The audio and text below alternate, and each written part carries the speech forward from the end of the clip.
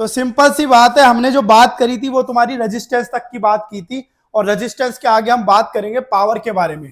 ठीक है, रेजिस्टेंस का मैंने आर बताया था, आर सिंबल होता है R1 प्लस R2, और 1/R इक्वल टू क्या होता है 1/R1 प्लस 1/R2। ये हमारे पैरेलल के लिए बना, ये हमने थोड़ा पैरेलल के लिए बताया था। हाँ जी, ओके, तो ये हमने R1 और R2 के लिए पढ़ाया था। ठीक है, तो अगर हम बात करें इसके बारे में, इसके बाद हम किसके बारे में बात करेंगे, पावर के बारे में। किसके बारे में बात करेंगे, पावर के बारे में बात करेंगे। देखो तुमने 9th क्लास में सबने पावर के बारे में पढ़ा होगा कि पावर जो होता है वो क्या होता है, वर्क अपॉन टाइम टेकन। ठीक है, पावर क्या होता है, work upon time taken. Power की वैल्यू क्या होती है, वर्क अपॉन टाइम टेकन। तो जो हम वर्क करते हैं उसे करने में हमें कितना टाइम लगता है, जो हम वर्क करते हैं उसे करने में हमें कितना टाइम लगता है। अब ये वाली बात तो क्या होती होगी, ये तो सब में होती होगी, कितना कितना टाइम लगता है, वर्क को करने में कितना टाइम लगता है, उसे हम क्या कहते थे, पावर कहते थे।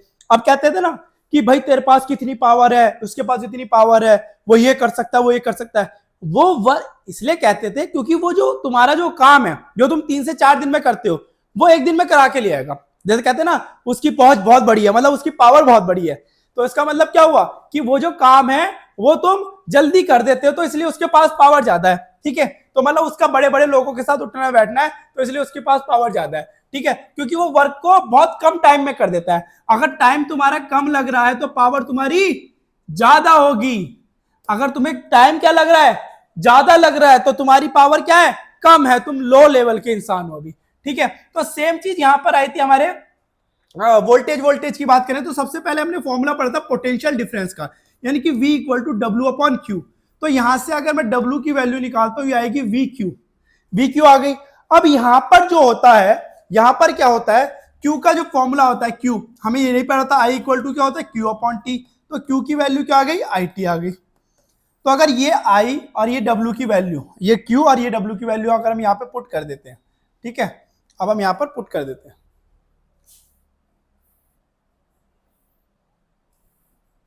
ठीक है, तो पावर इक्वल टू क्या आएगा, वर्क की value we Q upon T, और पावर इक्वल टू क्या आएगा, वी इक्वल टू क्या आया था, वी की तो वैल्यू नहीं, Q equal to I T. T के से टी कट गया, तो हमारे पास पावर का फॉर्मूला क्या आ गया, वी आई। ये हमारे पास पावर का एक जनरल फॉर्मूला बन गया वोल्टेज और करंट की फॉर्म में। क्या बन गया, वोल्टेज और करंट की फॉर्म में हमारे पास क्या आ गया, पावर का फॉर्मूला आ गया। क्लियर बात। अब यही फॉर्मूले को अगर हम और भी देख सकते हैं, देखो पावर v इक्वल टू क्या होता है हमारे पास, हमें पता था फॉर्मूला क्या होता है, v equal to I R. तो अगर v की वैल्यू में आई आर रख देता हूं तो p की वैल्यू क्या आ जाएगी, आई स्क्वायर आर। ठीक है, ये आ गया हमारे पास। जब i और r हमें दे रखा हो, उसके रिलेशन में हमें पावर फाइंड करनी हो, तो क्या आएगा formula, p equal to I square R. जिस तरह न्यूमेरिकल में हमें वैल्यू दे रखी है उस तरह हम रखेंगे वहां पर। अब यहां पर अगर मैं v, अब हमें ये भी पता है i इक्वल टू क्या होता है, v अपॉन आर। तो अगर मैं इसी फॉर्मूले में I की जगह V अपॉन आर रख देता हूं, तो P का formula V square upon R, V R charge, V equal to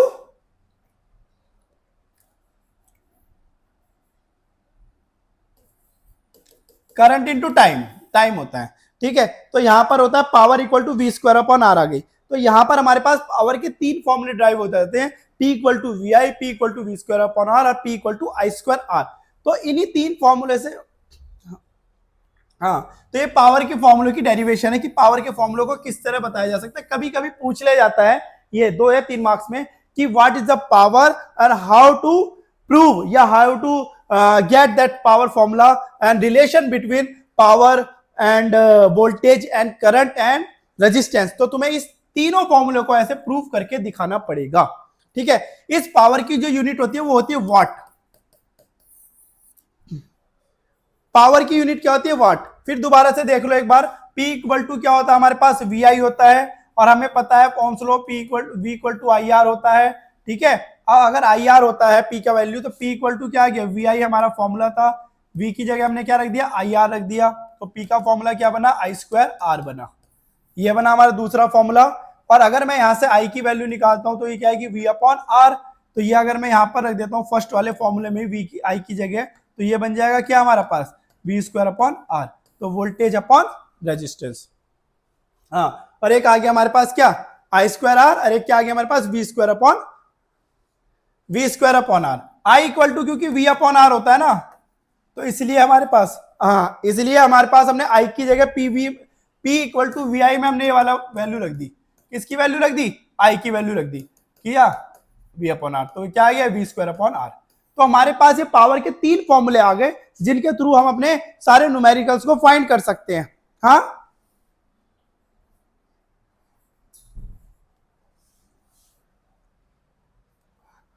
P equal to हमें पता है ना वी आई होता है, P इक्वल टू वी आई होता है, तो I इक्वल टू हमें पता है वी अपॉन आर होता है, तो ये क्या हो जाएगा, वी स्क्वायर अपॉन आर हो जाएगा। P की value V square upon R आ जाएगी। तो तीनों फॉर्मूलों को नोट डाउन करो जल्दी से, तीनों फॉर्मूले इंपॉर्टेंट है।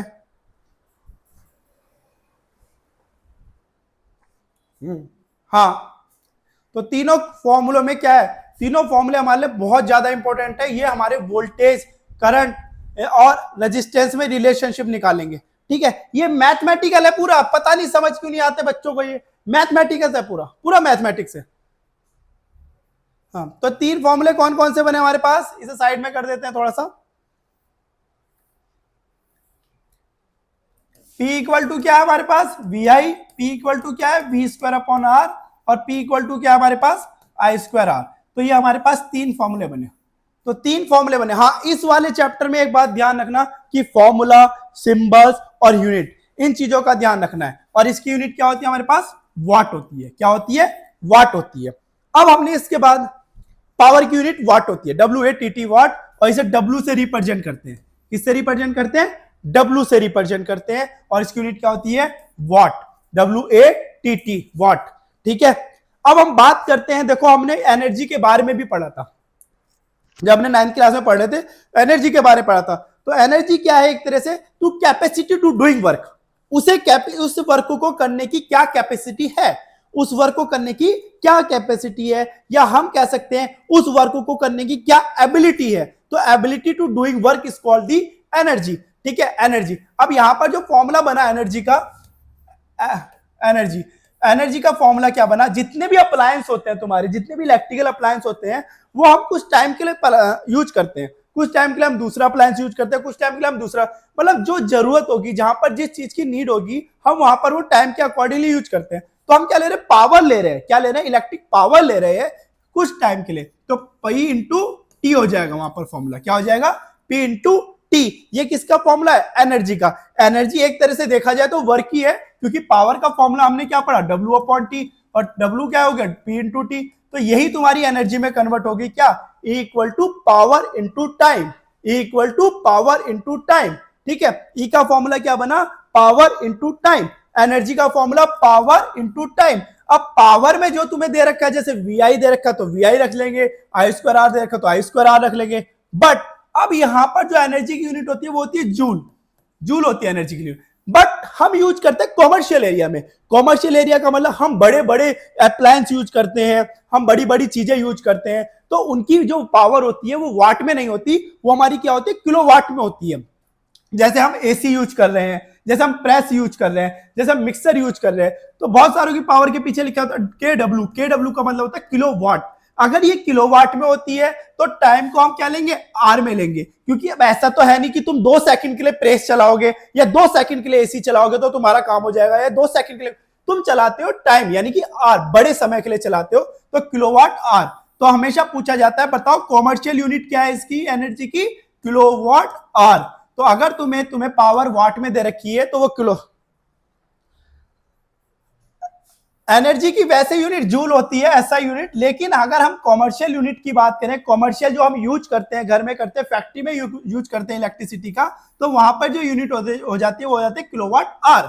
तो क्योंकि हमारे पास क्या होते हैं, बड़े बड़े अप्लायंस होते हैं जिनकी जो पावर होती है वो वाट में ना होकर किलोवाट में होती है, तो वहां पर जो यूनिट वो क्या हो जाती है हमारी, किलोवाट, किसकी, पावर की। और हम कितने टाइम के लिए यूज करते हैं, बड़े टाइम के लिए, यानी कि आर के लिए यूज करते हैं, तो किलोवाट आर। अब पूछा जाता है 1 किलोवाट, हाँ kilowatt hour, kilowatt hour, 1 kilowatt hour, 1 kilowatt hour में कितने जूल होते हैं। अगर 1 किलोवाट आर में जूल की वैल्यू फाइंड करनी है तो किलोवाट को वाट में चेंज करोगे तो 1000, और आर को अगर सेकंड में, आर में करेंगे तो सेकंड हो जाएगा। ठीक है, तो 6 6 जा 36 इंटू 10 की पावर 5 आ गया। तो इसे लिख सकते हैं हम स्टैंडर्ड फॉर्म में 3.6 इंटू 10 की पावर 6 जूल। तो हम ये लिख सकते हैं 1 किलोवाट आर इक्वल टू क्या होता है 3.6 इंटू 10 की पावर 6 जूल। तो ये यहां तक नोट डाउन करो। हो रही है जो भी तुम्हारे घर में यूज हो रही है, देखो यूनिट, ठीक है, जो भी तुम्हारे घर में क्या यूज होती है यूनिट, तो तुम कहते हो 1 यूनिट, कितनी यूनिट हो रही है, तो ये जो यूनिट है ना यूनिट, इस यूनिट का मतलब ही क्या होता है किलोवाट आर होता है। इस यूनिट का मतलब ही क्या होता है किलोवाट आर आता है। ठीक है, तुम सबसे पहले इलेक्ट्रिक मीटर जब देखोगे अपने घर में, तो इलेक्ट्रिक मीटर में क्या KWH लिखा होगा, तो ये जो यूनिट का मतलब है वो किलोवाट आर है। जैसे तुम्हारे घर में आया 10 यूनिट, तुम्हारे घर में जो इलेक्ट्रिक बिल आया 10 यूनिट आया, तुम अगर इलेक्ट्रिक बिल में देखोगे तो इसका मतलब तुमने 10 किलोवाट आर यूज किया है, तुमने 10 किलोवाट आर यूज किया है। 10 यूनिट का मतलब क्या हुआ, तुमने 10 किलोवाट आर यूज किया है, 10 किलोवाट आर यूज किया है। ठीक है, 10 यूनिट का मतलब 10 किलोवाट आर यूज किया है। अगर तुम्हारा है 50 यूनिट, 50 यूनिट का बिल, 50 यूनिट का बिल यानी कि 50 किलोवाट आर तुमने यूज किया है, तो अगर वो पूछता है, कहता है अगर 1 यूनिट के अगर इलेक्ट्रिक जो डिपार्टमेंट होता है वो तुमसे 10 रुपए लेता है, तो बताओ 50 किलोवाट के कितने लेगा। तो सिंपल सी बात है 50 इंटू 10 कर देंगे, तो सिंपल बात है 500 रुपए तुम्हारा इलेक्ट्रिक बिल आ जाएगा। ठीक है,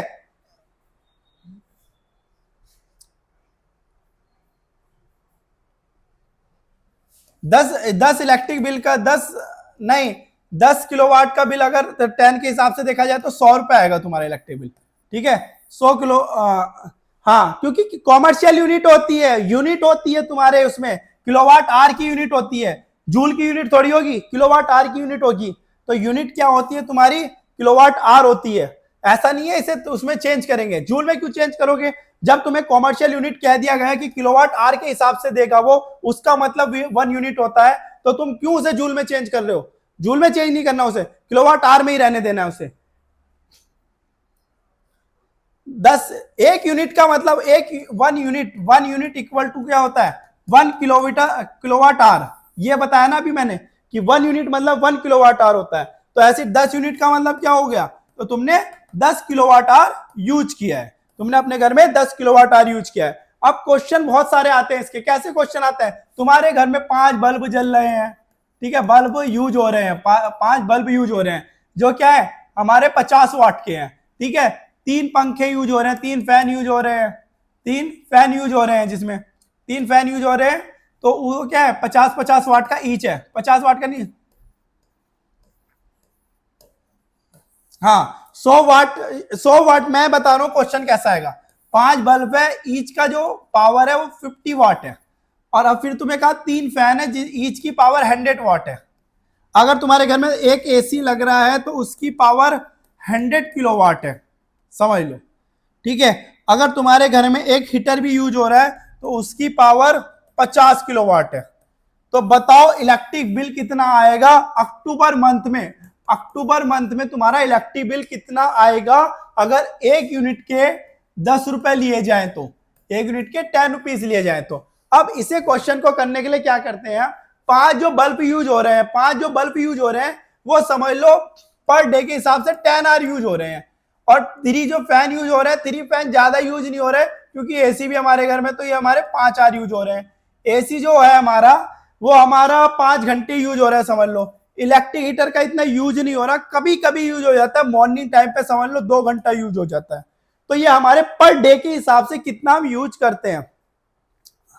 एच मतलब आर होता है, हीटर हीटर हीटर यूज हो रहा है हमारे, हीटर,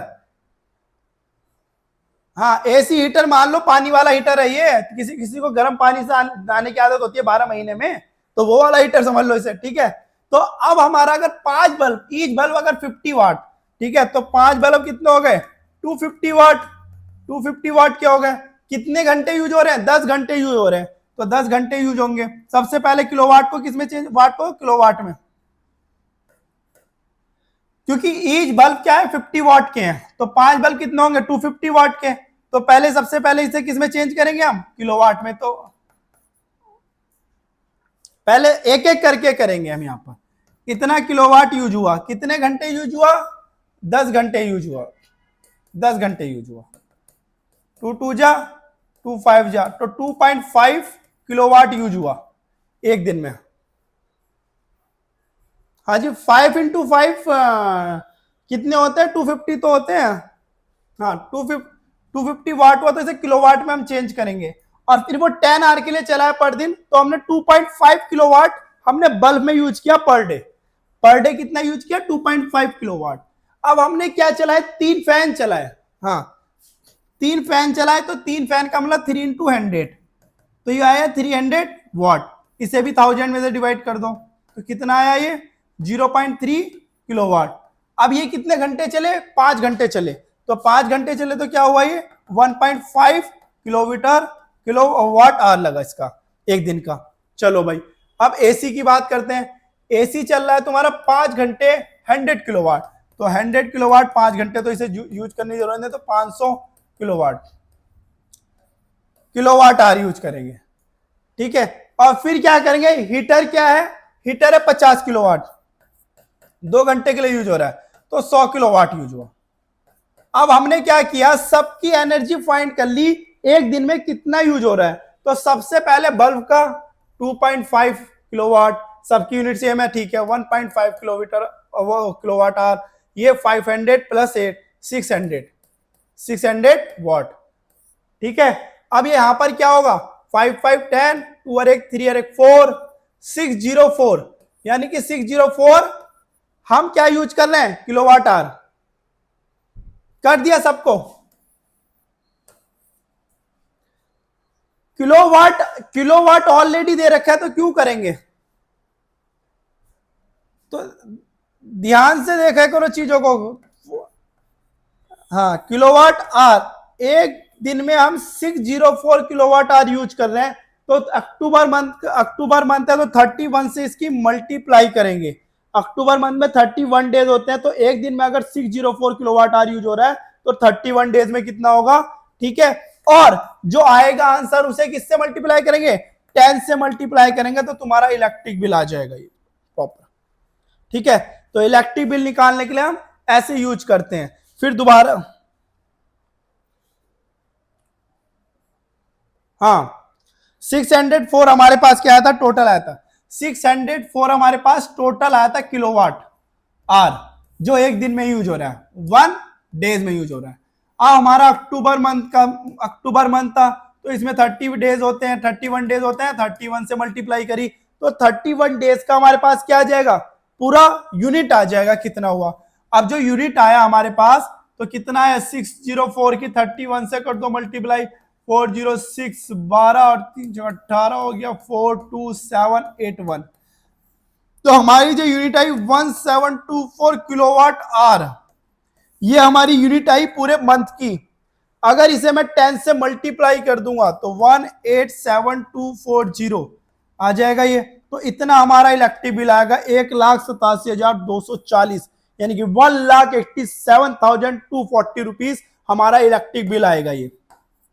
ठीक है, ये हमारा इलेक्ट्रिक बिल आएगा। तो सबसे पहले क्या करना है? जितने भी वॉट हैं उन्हें किलोवाट में चेंज करना है, और अगर टाइम भी तुम्हें क्या दे रखा है, अगर सेकंड या मिनट में दे रखा है, तो उसे आर में चेंज करना है।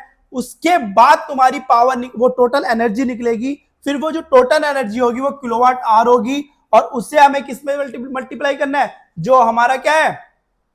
टाइम दे रखा है कि कितने टाइम के लिए यूज करना है और कितने डे के लिए यूज करना है, और कितना, सॉरी वो तो डे वाला तो हो गया सारा, हमें यूज करना है कितने यूनिट का, एक यूनिट का कितना बिल आ रहा है, फिर उसे उससे मल्टीप्लाई करनी है, तो टोटल रुपीस आ जाएगा हमें कि कितना रुपीस हमें पे करना होगा इलेक्ट्रिक बिल का। ठीक है, तो ये होती है इलेक्ट्रिक एनर्जी। ठीक है, पावर के तो सिंपल क्वेश्चन होंगे, पावर में वी दे रखा होगा, पावर में आई स्क्वायर आर कुछ भी दे रखा होगा, तो यहाँ पावर में बी स्क्वायर अपॉन आर है। इन तीनों में से कोई सा भी फॉर्मूला यूज।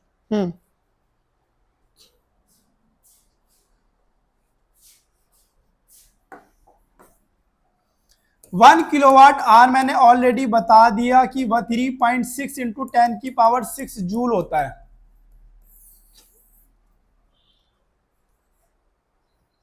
नहीं, 3.6 था ये, 3.6 टू 10 की पावर, हाँ 3.6। अगर मुझे दे रखा है 5 किलोवाट आवर को जूल में चेंज करो, तो मैं 5 इंटू 3.6 इंटू 10 की पावर 6 कर दूंगा, तो ये मेरा आ जाएगा जूल में। ठीक है, 5 6 जा 30, 5 3 जा 15 और 1 18, 18 इंटू 10 की पावर 6 जूल आ जाएगा तुम्हारा आंसर। क्लियर हुई बात? तो यहां पर तुम्हारी सारी चीजें क्लियर हुई। यहां पर हमने बात करी पावर के बारे में, यहां पर हमने बात करी एनर्जी के बारे में, ठीक है। अब हम बात करते हैं तुम्हारी हीट एनर्जी के बारे में। हीट एनर्जी क्या होती है? हीट एनर्जी, हीट एनर्जी, देखो जब भी कोई चीज तुम रब करते हो, जब भी कोई चीज तुम क्या करते हो, रब करते हो, तो तुम्हारे हाथ में क्या होती है, जनरेट होती है। क्या? जब तुम दोनों हाथों को रब करोगे तो तुम्हारे हाथ में हीट जनरेट होगी, हीट जनरेट होगी। तो इलेक्ट्रिसिटी के थ्रू तुम्हें हीट कैसे जनरेट होती है? तो इलेक्ट्रिक एनर्जी से तुम तीन चीज में कन्वर्ट कर सकते हो। एक तो मैग्नेटिक इफेक्ट में, जो तुम नेक्स्ट चैप्टर में पढ़ोगे मैग्नेटिक में, एक तुम करोगे हीट एनर्जी में, और एक तुम करोगे केमिकल में। जैसे तुमने केमिस्ट्री में पढ़ा होगा मेटल नॉन मेटल चैप्टर, वहां पर तुम मेटलर्जी जब पढ़ते हो, या अगर मैं कह रहा हूं क्लोरो एल्कली प्रोसेस जो पढ़ते हो, जिसमें एनोड और कैथोड होते हैं और हम CuSO4 को डालते हैं और इलेक्ट्रिसिटी प्रोवाइड कराते हैं, तो वो केमिकल एनर्जी होती है, ठीक है। तो अब हम यहां पर जो पढ़ रहे हैं इलेक्ट्रिसिटी में, वो हम पढ़ रहे हैं हीट एनर्जी, ठीक है। अब हीट एनर्जी जो काम करेगी यहां पर, वो करेगा रेजिस्टेंस हमारा। देखो रेजिस्टेंस क्या करता है, एनर्जी को स्टोर करता है। जितनी करंट होता है उसे आगे तो जाने देता, जितना जरूरत है उतने करंट को वो जाने देता है, बाकी को वो रोक लेता है, ठीक है। और सारे इलेक्ट्रिकल अप्लायंस ऐसे होते हैं जो सारे हीट एनर्जी तो नहीं देते, कुछ ही होते हैं। जैसे हमारी होगी electric iron, electric heater, electric जो कैटल होती है, ये सारी चीजें जहां पर क्या होती है, कैटल इलेक्ट्रिकल कैटल जो होती है जिसमें पानी गर्म होता है, तो ये सब चीजें हमें क्या देती है, हमें एनर्जी देती, वो देती है, हीट एनर्जी में कन्वर्ट करते हैं हम, हीट एनर्जी में कन्वर्ट करते हैं इन सब चीजों को। तो जो हमारी हीट एनर्जी होती है वो कैसे आती है? अब हम अगर एक सिंपल सी चीज हम पढ़ते हैं कि अगर हम कोई वर्क करते हैं, अगर हम कोई वर्क करते हैं तो हमें क्या महसूस होता है थोड़ी देर बाद? अगर हम वर्क करते जा रहे हैं, जैसे हम दौड़ने का काम कर रहे हैं, ठीक है, जैसे हम जिम भी कर रहे हैं, तो हमें थोड़ी देर बाद ऐसा लगता है कि हमारी जो बॉडी वो हीट हो रही है, वो हमारी जो बॉडी है हीट हो रही है। तो जो हमारी हीट एनर्जी आ रही है वो कहां से आ रही है? वो हमारे वर्क से आ रही है। वो हमारे कहां से आ रही है? वर्क से आ रही है। अब जो यहां पर इलेक्ट्रॉन जो एक जगह से दूसरे जगह, यानी कि जो तुम्हारे चार्ज जो होता है एक जगह से जो दूसरी जगह जा रहा है, तो वहां भी तो क्या जनरेट हो रहा है? वर्क जनरेट हो रहा है। क्या हो रहा है वहां पर? वर्क जनरेट हो रहा है। तो हमने पढ़ा था formula V equal to W/Q और W इक्वल टू VQ, पढ़ा था ये वाला फॉर्मूला। ये वाला फॉर्मूला कहां से आया था हमारे पास? पोटेंशियल डिफरेंस से, कि जब भी कोई चार्ज इंफिनिटी या कोई एक पॉइंट से दूसरे पॉइंट पर आने में जितना वर्क करते हैं, भाई वर्क कर रहे हैं तो कुछ ना कुछ तो हीट एनर्जी वो करेंगे कंज्यूम। तो V इक्वल टू क्या होता है?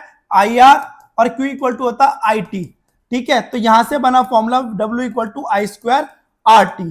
ये क्या बना? W equal to I² RT। मतलब हमने एनर्जी को जो ज्यादा से ज्यादा करंट दे दिया, जो रजिस्टर ने स्टोर किया कुछ टाइम के लिए और उसे हीट एनर्जी में कन्वर्ट कर दिया। तो इसी वर्क को हम कहते हैं हीट एनर्जी, जो हमारा चेंज हो जाता है WI² RT में, ठीक है। और ये जो रिलेशनशिप है किसका? I² R और T का, किसके रेस्पेक्ट में? हीट के रेस्पेक्ट में। इसे ही हम कहते हैं जूल्स लॉ। इंपॉर्टेंट पॉइंट है ये, Joule's law. What is the Joule's law? यही तुम्हारा जूल्स लॉ है। जूल्स लॉ क्या है? कि the relationship between the square of current and resistance and time, तो this is called the Joule's law. और ये बहुत बार पूछा जाता है, और पूछा यह जाता है कि हमारी हीट एनर्जी किस किस पे डिपेंड करती है? Is it directly proportional to the square of current, it is directly proportional to the R, it is directly proportional to the time. कितने टाइम के लिए तुम चला रहे हो? ऐसा नहीं है कि हीटर तुमने लगाया और एकदम से गर्म कर दिया उसने, नहीं, कुछ तो टाइम लेगा, ठीक है। उसमें जो वायर लग रही है उसका रेजिस्टिविटी अच्छी होगी, रेजिस्टेंस अच्छा होगा, सहन करने की ताकत अच्छी होगी, करंट ज्यादा से ज्यादा लेगा। इसलिए तुमने देखा है जो जितना भी तुम्हारा क्या होता है हीटर अप्लायंस होते हैं या बड़े बड़े अप्लायंस जो हीट करते हैं, ठीक है, वो जो क्या कहते हैं करंट को ज्यादा से ज्यादा लेते हैं, ठीक है।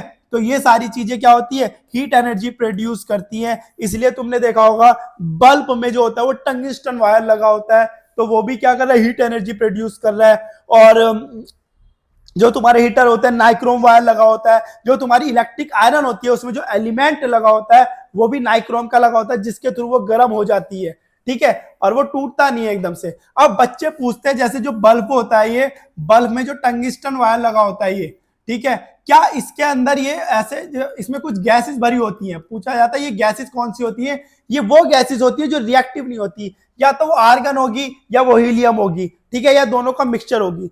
पूछा जाता है क्या इसमें ऑक्सीजन भर सकते हैं, नहीं, ऑक्सीजन बिल्कुल नहीं भर सकते, क्योंकि जैसे ही ऑक्सीजन भरेंगे तो ये तो और जल जाएगा, ठीक है। या तुम अगर कोई एक्सपेरिमेंट करना चाहते हो तो तुम ये जो कांच होता है बल्ब का ऊपर का, ये फोड़ के देखो और फिर बल्ब जला के देखो, एकदम से क्या होगा, टंगस्टन फट जाएगा, मतलब टूट जाएगा, एकदम से ब्रेक डाउन हो जाएगा। लेकिन इसके अंदर क्या होती है, ये रिएक्टिव गैस है। ये टंगस्टन के अराउंड ग्लास भी लगाते हैं और गैस भी भरते हैं इसके अंदर, गैस अनरिएक्टिव, जो इससे अनरिएक्टिव होती है, क्योंकि जैसे ही ऑक्सीजन के कांटेक्ट में आएगा तो ये क्या हो जाएगा, और पहले ही टूट जाएगा, ठीक है। इसलिए यहां पर क्या होती है, कांच के डब्बे में बंद होता है, ये कांच के बॉक्स में बंद होता है, और ये क्या होता है, इस टंगस्टन को क्या करता है, एक प्रोटेक्ट का काम करता है। ये कांच और ये जो गैसेस होती है, ये क्या कर रही है, इसकी प्रोटेक्ट का काम कर रही है। अगर इसे, मैंने कहा ना कि कांच को अगर तोड़कर अगर तुम ऑक्सीजन में लगा दोगे तो कभी नहीं करेगी ये जलेगा ही नहीं, ये जलते ही फट जाएगा और टूट जाएगा, टंगस्टन का जो ये जो एलिमेंट होता है हमारे पास, ठीक है। हाँ, जलते ही मतलब जैसे तुम इसमें इलेक्ट्रिसिटी दोगे, अगर ये बाहर तुमने ऐसे रख दिया, ठीक है, और इसमें इलेक्ट्रिसिटी दे दी यहां से, तो ये टूट जाएगा एकदम से ऑक्सीजन से कांटेक्ट पाने पर, ऑक्सीजन इसे मिल जाएगी ना, जो इसके साथ रिएक्शन कर जाएगी और ये क्या करेगा, टूट जाएगा। तो इसलिए इसमें क्या रखते हैं, कांच के बॉक्स में रखा होता है ये इस वाले, और इसके अंदर गैसेस होती है जो अनरिएक्टिव होती है, जैसे आर्गन, हीलियम, ठीक है। इसके अंदर ऑक्सीजन गैस भी नहीं भरेंगे, ऑक्सीजन गैस ही फट जाएगा ये, ठीक है। तो इसलिए क्या होता है, इसमें टंगस्टन में ये लगा होता है, ठीक है। तो यहां तक हमने बात,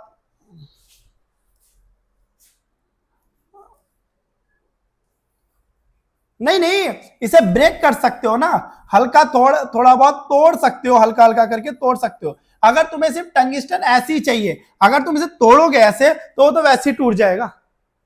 अगर तुम इसे डायरेक्टली, अगर हमने क्या कहा, यहाँ पर एक्सपेरिमेंट करना है भाई, यहाँ पर, ठीक है, ये एक्सपेरिमेंट करना है, कुछ तो आंसर से सोचा करो कि हम थोड़ा थोड़ा करके तोड़ेंगे, छोटा ब्रेक ब्रेक करके, क्योंकि हमें इसे साबुत निकालना है ऐसे, ठीक है, इसका एक्सपेरिमेंट करने के लिए। और इसे चलते चलते, जैसे हमने इसका कांच को निकाल दिया और हमने इसे जला दिया और फिर इसे दोबारा से किसी गैस में डाल दिया, तो तब भी नहीं टूटेगा ये, तब भी जलता रहेगा ये, ठीक है।